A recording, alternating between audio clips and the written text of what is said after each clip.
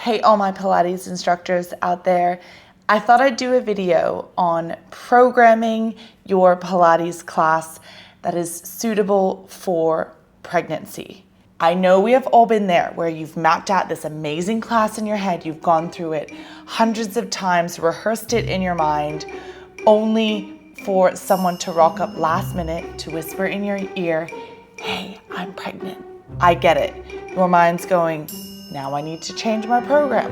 What do I do? How do I keep the challenge, but at the same time, make sure it's safe for the person who's pregnant? Today, we're gonna break down exactly how not to crumble under that pressure like feta cheese. I'm gonna be walking you through strategies on how you can program a class for a pregnant person, but at the same time, still give a great class that provides a challenge to everyone else. By the end of this video, you will have multiple go-to programs that's suitable for pregnancy, but at the same time, brings fun and challenge to everyone else. Let's get into it. I've been there. You're planning a class, you've got some funky cool movements, but you haven't considered some prenatal modifications or options. Then you're scrambling to think about what are some of the progressions, modifications for everyone in the class. You're also going through ways to not single out the pregnant person. Before we get into the crux of how you plan and program a class, the first thing we need to recap on are the pregnancy guidelines. Now, this does vary from country to country, but the good news is most of it is fairly similar. Most of the guidelines say the same thing.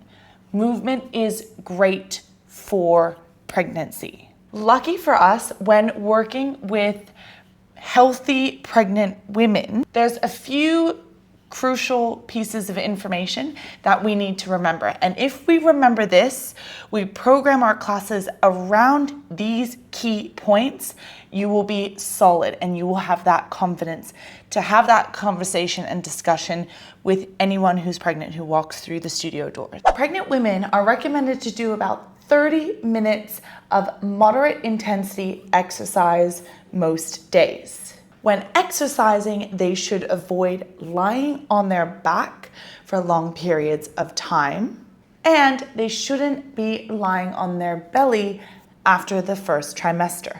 We need to ensure that they stay cool and hydrated throughout their workout and avoid isometric exercises and exercises that are a risk of fall. When it comes to abdominal exercises, including ab curls, the ACSM guidelines don't explicitly say to avoid these types of movement, but they do advise to proceed with caution. I've spoken to lots of pregnant women throughout their Pilates journey. Some ab curled and did abdominal work until their belly was too big. Others didn't feel comfortable doing it after their second trimester. So this is very dependent on the person that you are speaking to. The last thing you want to consider is the guidelines emphasize the importance of consulting a healthcare professional before starting any new exercise regime. If you want to deep dive into additional resources, I'll link it into the caption below. I definitely recommend doing a bit of research on your country's pregnancy guidelines. You can find them on the internet. Just make sure you're looking at the government guidelines. Let's move on how to have a conversation with your pregnant client. First and foremost, I'm gonna tell you right now, you need to be discreet. Sometimes you might be the only person outside their partner that knows about their pregnancy.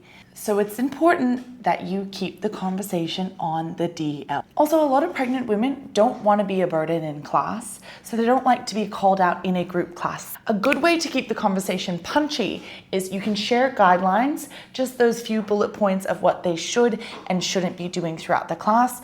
Also recommend them to listen to their body.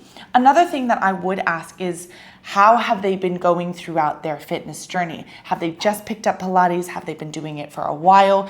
Getting a sense check on where they're at with their body and their fitness journey will help you feel a little bit more confident on what you should be prescribing within that class. And if you're speaking to someone who's further along, they might have been doing Pilates for quite a while and they know their modifications. They know what they need to be doing in a large group class. And look, sometimes you will not get this lucky. I remember there was one time I started a class, we were doing a warm-up, doing some ab curls as part of the warm-up, and I noticed that a girl was not doing abdominal work. So I went up to her and I quietly got down at her level, asked her, is there a reason why you're not ab curling? She goes, oh, I'm pregnant. And I was like, oh, okay, are you first trimester or second? She goes, first trimester. And I mentioned to her, first trimester, you can do anything. She goes, no, I don't want to. I've had a miscarriage before. And so that's when I learned the lesson where you can be as discreet as you want and share the best information.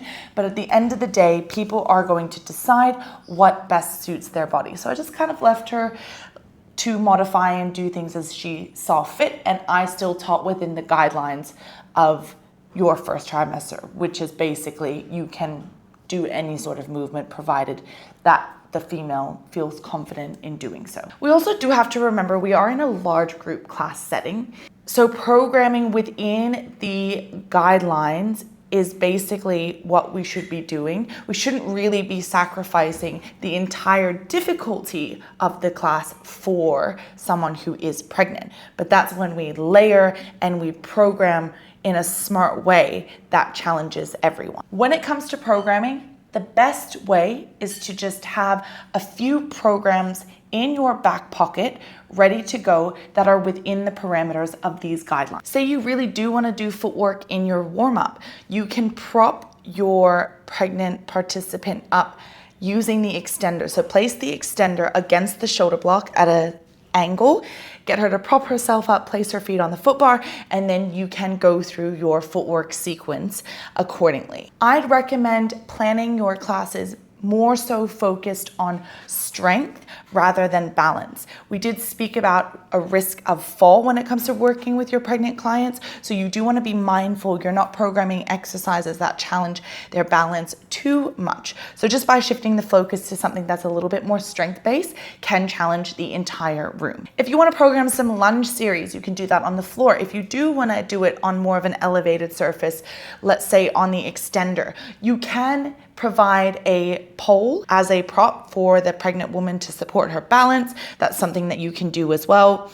Basically, stringing together a sequence where it's more seated or standing movement that doesn't require too much balance, hands in straps, offerings. I'll link an example program so you can get a sense of how I would program a class.